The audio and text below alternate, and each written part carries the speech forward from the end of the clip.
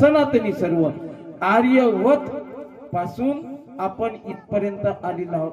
सर्व जे जगामध्ये जे देश असतील ते सर्व सनातनी आहेत, कारण एकापासूनची ही मनुस्मृती म्हणतो आपण, मनुपासूनची ही उत्पत्ती आहे आणि ती सर्व वाढत विखुरल्या गेले। जसे आपले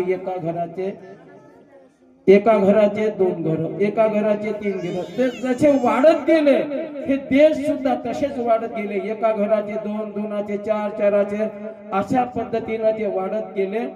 ते मग कोणी आपल्याच घरामध्ये 5 जण असतात, 4 जण देवाले मानतात, मानतच नाही, बरोबर आहे।